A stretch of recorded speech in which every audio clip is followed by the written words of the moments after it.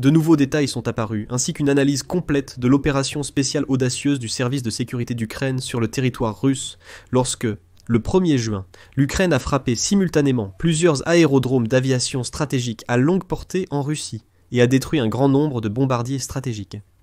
Dans cet épisode, nous discuterons du déroulement de cette opération spéciale, des nouveaux détails récemment révélés et des résultats complets de l'attaque.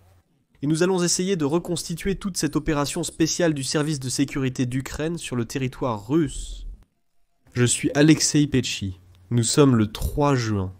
J'ai rassemblé tous les détails de cette opération spéciale appelée Toile d'araignée dans cette émission. J'ai aussi ajouté quelques informations exclusives qui viennent tout juste d'être connues. Avant de commencer, je vous demande de vous abonner à cette chaîne, de mettre un like, d'écrire votre commentaire sous cette émission. De plus, abonnez-vous à la chaîne Telegram de Pesci News. Le lien est dans la description de la vidéo. Nous y publions les actualités en temps réel. Alors, comme je l'ai déjà dit, de nouveaux détails sont apparus sur la façon dont le service de sécurité d'Ukraine a mené une opération spéciale appelée Botina pour détruire les bombardiers stratégiques russes. La cible des attaques était 4 aérodromes situés au cœur de la Russie, dont le plus éloigné est la base de Belaya, dans la région d'Irkoutsk, à environ 4500 km de la frontière ukraino-russe. Dans la région d'Irkoutsk, à environ 4500 km de la frontière ukraino-russe. Parmi les autres cibles figurait la base Olenia, près de Mourmansk, au-delà du cercle polaire, à plus de 2000 km de l'Ukraine. La base aérienne Diaghilevo, dans la région de Ryazan, à environ 500 km de l'Ukraine, et la base aérienne Ivanovo, qui sert de base pour les avions de transport militaires russes, à environ 800 km de la frontière. Une visualisation fournie par le service de sécurité d'Ukraine a également montré une autre base dans la partie orientale de la région de l'Amour comme cible. Il s'agit de la base Ukrainka, mais il n'est pas clair si l'attaque contre cette base a échoué ou a été annulée. Au moins, il tente désormais de collecter ces données. Les énormes distances par rapport à la frontière ukrainienne ont probablement poussé la Russie à négliger la protection de ces sites. Les avions les plus précieux de la base Belaya étaient régulièrement stationnés à un endroit bien visible de l'aérodrome et étaient clairement visibles sur les images satellites accessibles au public, y compris sur les cartes. Sur les images satellites de la société Maxar, on peut voir des avions stationnés sur l'aérodrome, à côté de quelque chose qui ressemble à un leurre. C'est-à-dire qu'il s'agit d'avions dessinés sur les pistes d'atterrissage. Il est probable qu'à Moscou, on ait estimé que cette distance était suffisante pour protéger l'avion contre les attaques ukrainiennes. La Russie conserve actuellement la supériorité aérienne au-dessus de l'Ukraine, même si les alliés de Kiev ont fourni à l'Ukraine certains systèmes de missiles à longue portée, y compris les missiles américains, Army Tactical Missile System et les Storm Shadow britanniques et français.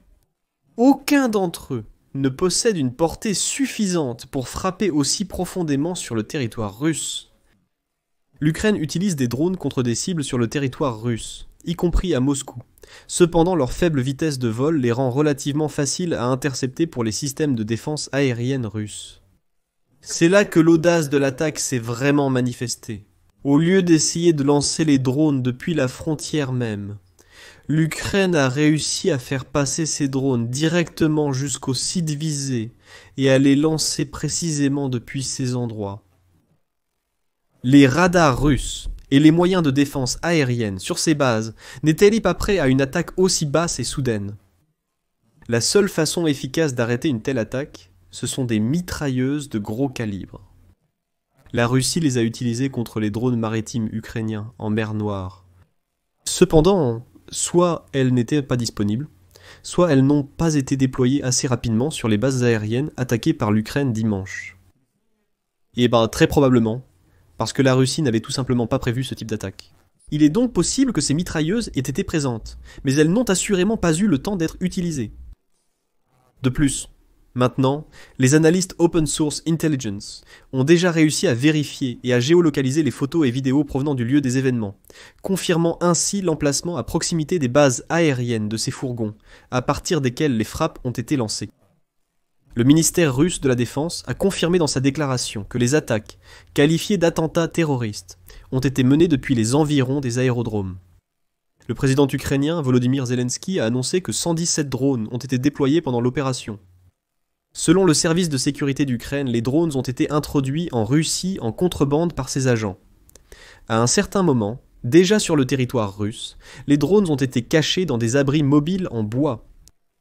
Et sur les photos, on peut voir que les drones sont cachés juste sous les toits métalliques de ce qu'on appelle des hangars ou des cabanes, insérés dans des cavités isolées. Et ces photos, vous les voyez sur vos écrans ? Ensuite, ces cabanes en bois ont été chargées sur des camions et transportées vers des endroits situés non loin de la base aérienne. L'Ukraine n'a pas révélé comment elle a réussi à acheminer le véhicule de transport à proximité immédiate des sites militaires importants. Inaperçu. Cependant, des rapports dans les médias russes suggèrent que cela a été relativement simple. Plusieurs sources en Russie ont immédiatement indiqué que les camions avaient été achetés par un Ukrainien résidant en Russie, qui ont ensuite simplement payé 4 chauffeurs pour qu'ils livrent ces camions là où il en avait besoin. C'est de là qu'est apparue cette vidéo, où l'un des témoins raconte que le chauffeur du camion près de l'aérodrome de Belaya était tout simplement sous le choc. Il ne comprenait pas ce qui se passait et disait « Écoutez, j'avais une commande, j'ai livré là où on m'a dit, à l'endroit où il fallait. Voilà, je suis arrivé. » Et là, il se passe un truc pareil.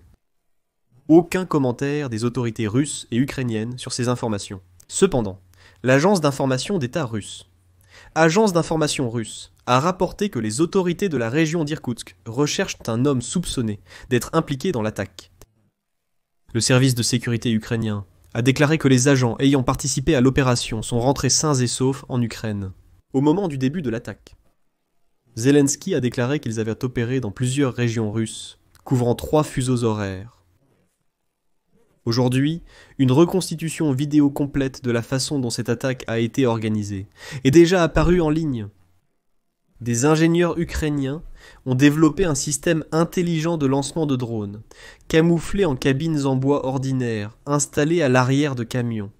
Ces conteneurs mobiles ressemblaient à de simples granges rurales, mais à l'intérieur se trouvaient des structures renforcées, des plateformes de lancement dissimulées, des stations de recharge de batteries, et des drones télécommandés sur le toit. La conception permettait de lancer les drones aussi bien verticalement qu'en angle, selon leur type, et le blindage intégré du signal les aidait à éviter une détection précoce par le renseignement russe.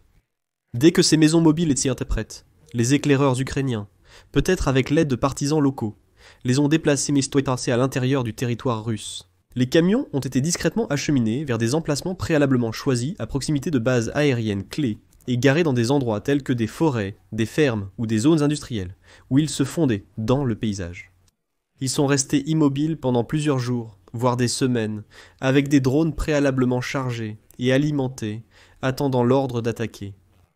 Lorsque le moment est venu, des signaux d'activation chiffrés ont été envoyés. Les toits des conteneurs se sont ouverts, et les drones ont décollé. Certains ont décollé à la verticale, d'autres à l'aide de rampes ou de systèmes de lancement à air comprimé pour un départ silencieux. Comme les sites de lancement étaient situés à seulement quelques kilomètres des cibles, les drones ont pu atteindre rapidement leurs objectifs, ne laissant pas à la défense russe le temps de réagir. Les opérateurs contrôlaient les drones en temps réel, grâce à des flux vidéo directs, guidant précisément les drones vers les avions stationnés, les dépôts de carburant et les installations radars. Et c'est là que commence le plus intéressant. Le fait est que des sources au sein du programme ukrainien de développement de drones rapportent que les pilotes contrôlant tous ces drones vus à la première personne qui ont attaqué les bombardiers stratégiques en Russie ne se trouvaient pas à proximité des endroits d'où ils ont été lancés. Un centre internet a été installé en Russie, permettant aux pilotes de contrôler ces drones à distance. Chacun d'eux, je parle des pilotes, lançait un drone à la fois, frappant chaque cible l'une après l'autre. C'est-à-dire que s'il y avait 117 drones, il y avait donc simultanément 117 opérateurs de drones vus à la première personne qui, via une connexion à distance, les faisaient décoller et attaquèrent les avions avec ces drones. La source a également indiqué que le nœud de communication peut être un simple téléphone mobile russe, qui est beaucoup plus difficile à localiser que d'autres systèmes, comme ceux qui sont largement utilisés en Ukraine. C'est-à-dire qu'il n'y avait pas besoin d'inventer quoi que ce soit ici. Il n'y avait rien de particulièrement secret ou compliqué. Il n'était pas nécessaire d'apporter, je ne sais pas, un système, de l'installer dans ce fourgon pour pouvoir contrôler quoi que ce soit.